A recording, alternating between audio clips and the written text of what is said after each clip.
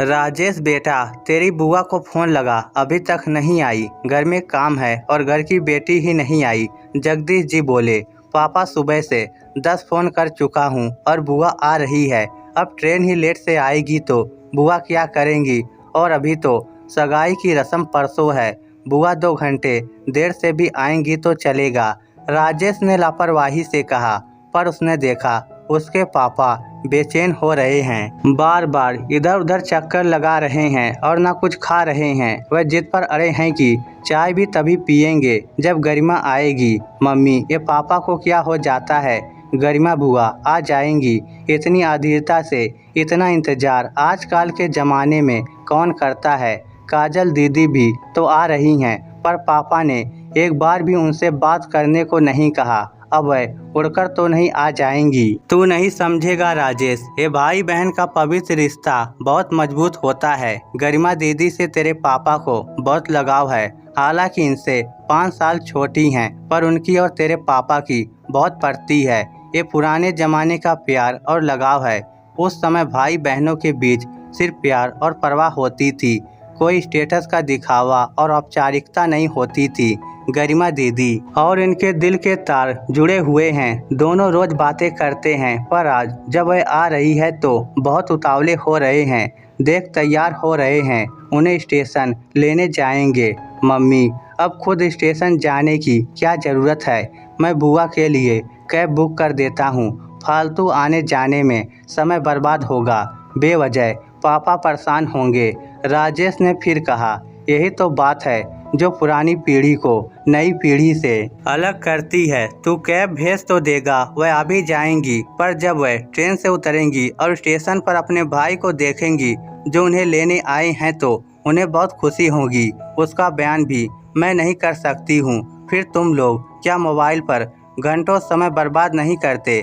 जो लेने जाने के लिए समय बर्बाद होगा उसकी फिक्र कर रहा है। बिमला जी ने अपने बेटे राजेश को समझाया। कुछ देर बाद घर में हल्ला मच गया। जगदीश जी खुशी खुशी गरिमा जी का सामान हाथ में लेकर आए और सबको हुक्म देने लगे। गरिमा आ गई है बिमला, मटकी का पानी ला और गर्मा गर्म अदरक वाली बिना चीनी की चाय चढ़ा दे। राजेश, तू शर्मा हलवाई से बुआ की पसंद की गर्मा गर्म दाल की कचौड़ी लेकर आ जा। और राजेश की पत्नी अनीता से कहते हैं, तू अपनी बुआ सास के लिए रात को अच्छी सी रसोई बनाना। मेनू में बता दूंगा कि इसे क्या क्या पसंद है। गरिमा जी अपने बड़े भाई जगदीश जी को दादा कहकर ही बुलाती है। दादा बस करो, आपने तो मेरे आते ही सबको परेशान कर दिया। मेरी भाभी और मेरी बहू सोचेगी गरिमा आती है और सबको हिलाकर रख देती है। वह हंसते हुए बोली, हाँ गरिमा, अब तो तू बड़ी हो गई है, तेरा अपना घर परिवार हो गया है, दादी नानी बन गई है, पर मेरे लिए तो तू मेरी वही छोटी सी गरिमा रहेगी। ले चाय पी, अच्छी तो बनी है, पसंद ना आई तो बता, मैं दूसरी बनवा दूंगा। जगदीश जी खुश होते हुए बोले, दादा मेरी भाभी बहुत अच्छी चाय बनाती है। आखिर मेरी सहेली जो है, इन्हें मैं ही तो पसंद करके लाई थी आपके लिए। और वो फिर से हंसने लगी। इतने में राजेश कचौड़ियाँ ले आता है। दादा जल्दी से चटनी की थैली खोलो, इनको देखकर मुंह में पानी आ रहा है। वह भी उतावलेपन से बोलती हैं। बिमला जी दौड़कर रसोई से प्लेट और कचौड़ी ले आती हैं। उनकी प्लेट में कचौड़ियाँ लगा देती हैं। ले अपने दादा के हाथ से खा, जैसे तू पहले खाती थी। जगदीश जी उन्हें बहुत प्यार और मुनहार से खिलाते हैं। फिर दोनों घंटों गपशप करने लग जाते हैं। तभी गरिमा जी को याद आता है, अरे दादा, इन्हें तो फ़ोन ही करना भूल गई कि मैं अच्छे से पहुंच गई हूँ। राजेश, तू अपने फूफा जी को फ़ोन लगा दे, उन्हें ज़रूरी काम है, इसलिए वह परसों सुबह ही आएंगे। राजेश अपने फूफा जी को फ़ोन कर देता है। उसकी ही छोटी बहन अचिता की सगाई है, इसलिए वह फिर बाकी के काम में लग जाता है। रात की रसोई में जगदीश जी सब अपनी छोटी बहन की पसंद का खाना बनवाते हैं। दोनों एक साथ ही एक ही थाली में खाना खाते हैं। दादा, बचपन के दिन याद आ गए। हम दोनों कैसे एक ही थाली में खाना खाया करते थे। आप जब तक स्कूल से नहीं आ जाते मैं खाना नहीं खाती थी। एक साथ खाना खाने का अलग ही मज़ा होता है और आप मुझसे कैसे रोटी का कौर छीन लेते थे। दोनों भाई बहन फिर हंसने लगते हैं। मम्मी ये बुआ के आते ही पापा इतने खुश क्यों हो जाते हैं और दोनों हंसते ही रहते हैं। राजेश ने कहा, बेटा यही तो भाई बहन का प्यार है, जो जब भी मिलते हैं साथ में अपना बचपन याद करते हैं जो उन्होंने साथ बिताया था। और बचपन की यादें तो अनमोल होती ही है। राजेश तू छत पर हम दोनों के बिस्तर लगा देना, आज रात को हमारी शर्त लगी है। दोनों में से कौन सबसे ज्यादा तारे गिनेगा। और गरिमा जी फिर से हंसने लगती हैं। दादा आज तो मैं आपको हरा दूंगी, अब मैं बड़ी हो गई हूँ। बचपन में आप मुझे गिनती भुला देते थे, पर अब मैं अपने पोते पोतियों को गिनती सिखाती हूँ। चल लगी शर्त और दोनों छत पर चले जाते हैं। मम्मी छत पर बिना एसी के कैसे सोएंगे, कितनी गर्मी है। राजेश ने फिर टोका, रात को हवा चल जाती है। मैं भी काम निपटा कर छत पर जाने वाली हूँ, बहुत मजा आएगा जब दोनों भाई बहन तारे गिनेंगे। बिमला जी खुश होते हुए बोली तो अनीता ने कहा, मम्मी जी हम दोनों भी खाना खाकर छत पर आ जाएंगे। पापा जी और बुआ जी में से कौन जीतेगा ये हमें भी देखना है। रात को वे लोग भी छत पर चले जाते हैं और जगदीश जी और गरिमा का खेल देखते हैं। दोनों तारे गिनते हैं, जिसमें इस बार भी गरिमा बुआ हार जाती हैं। भाभी दादा ने मेरे साथ चीटिंग की है और फिर बनावटी रूठ जाती हैं।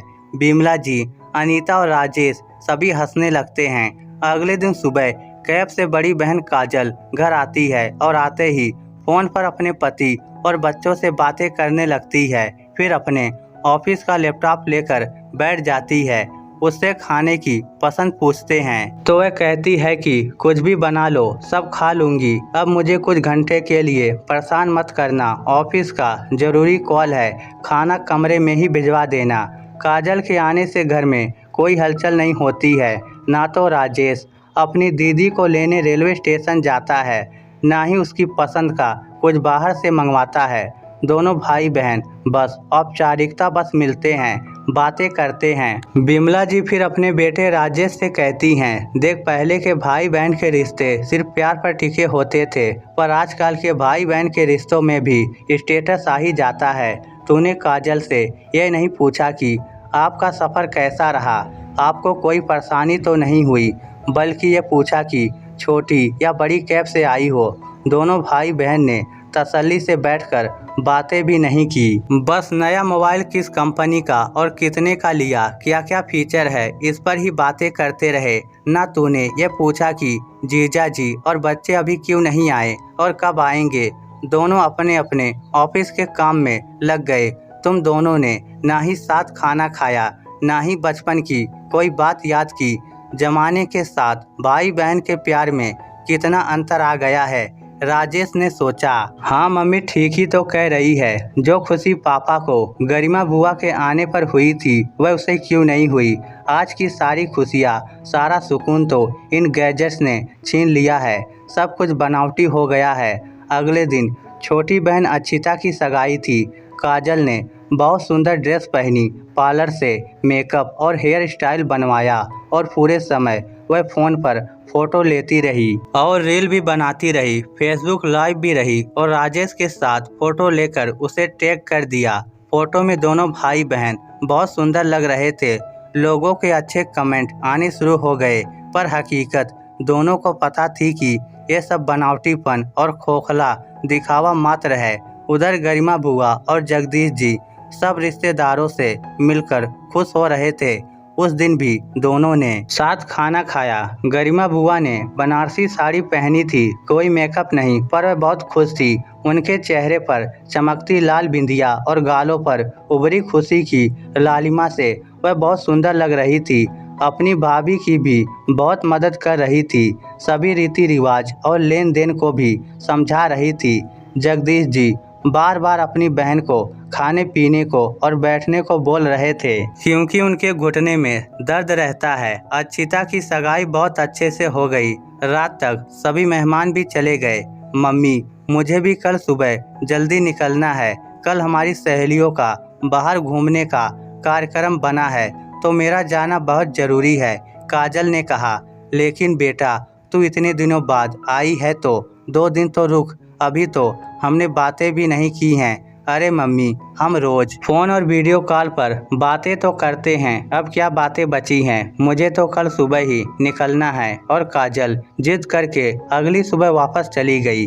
गरिमा जीजी, आप तो रुकना, बहन बेटियां घर में रुकती हैं तो अच्छा लगता है।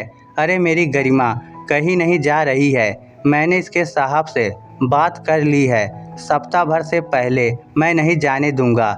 जगदीश जी ने अपना निर्णय सुना दिया और गरिमा जी ने भी उनका मान रखा। अब तो रोज रात को छत पर महफिल जमने लगी। राजेश, अनीता और अक्षिता भी तारे गिनने लगे। रोज हार जीत के खेल होने लगे। सभी लोग ठहाके मारकर हंसते थे और छत पर रोज अंताक्षरी खेलते थे। उसमें जो गरिमा बुआ की तरफ होता था वह जरूर जीतता था, क्योंकि वह अंताक्षरी खेलने में माहिर थी। एक सुबह छत से उतरते समय गरिमा जी का पैर फिसल जाता है और बूढ़ी हड्डियां होने के कारण उनके पैर में फ्रैक्चर हो जाता है।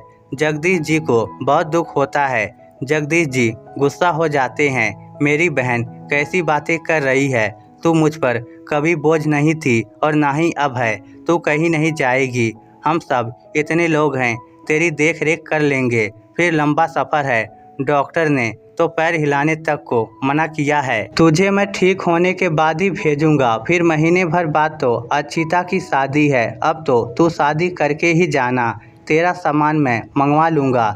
जगदीश जी बोले। राजेश और अक्षिता अपने पापा और बुआ का प्यार देखकर खुश होते थे। राजेश, जगदीश जी और गरिमा जी घंटों बातें करते रहते थे। वह अपनी बहन को हाथ से दवाई देते और खाना खिलाते थे। गरिमा जी भी बैठे बैठे सब्जियां काट देती थी, कपड़ों की तह लगा देती थी, फल वगैरह काट देती थी। इससे उनका समय भी कट जाता था और विमला जी और अनीता को भी मदद मिल जाती थी। उन दोनों का प्यार देखकर अब अक्षिता और राजेश में भी बदलाव आ रहा था। दोनों अब साथ बैठकर बातें करने लगे थे। एक दिन राजेश ने पूछा, अक्षिता तू आज मेरे साथ खाना खाएगी? हाँ भैया, मैं तो रोज आपके साथ ही खाना खाती हूँ। साथ खाने में और एक साथ एक थाली में खाने में बहुत फर्क होता है। तू वादा कर, आज से और शादी के बाद जब भी तू मायके आएगी एक थाली में ही खाना खाएगी। हमारा रिश्ता भी बुआ जी और पापा की तरह ही सच्चे प्यार से भरा और पवित्रता से भरा मजबूत होगा, जिसमें बनावटीपन और खोखलापन नहीं होगा। हाँ भैया, ऐसा ही होगा। और अक्षिता ने अपने बड़े भैया से वादा किया। जगदीश जी और गरिमा जी राजेश और अक्षिता में अपनी ही छवि देखकर बहुत खुश हो रहे थे। दोस्तों, भाई बहन का रिश्ता सबसे पवित्र और मजबूत माना जाता है। उसमें बस प्यार और एक दूसरे के प्रति सच्ची परवाह होनी चाहिए। इस रिश्ते की उम्र ही सबसे लंबी होती है, क्योंकि ये रिश्ता बचपन से जुड़ जाता है और अंत समय तक निभाया जाता है। इस स्टोरी को लेकर आपकी क्या राय है, नीचे कमेंट करके हमें ज़रूर बताइएगा। धन्यवाद।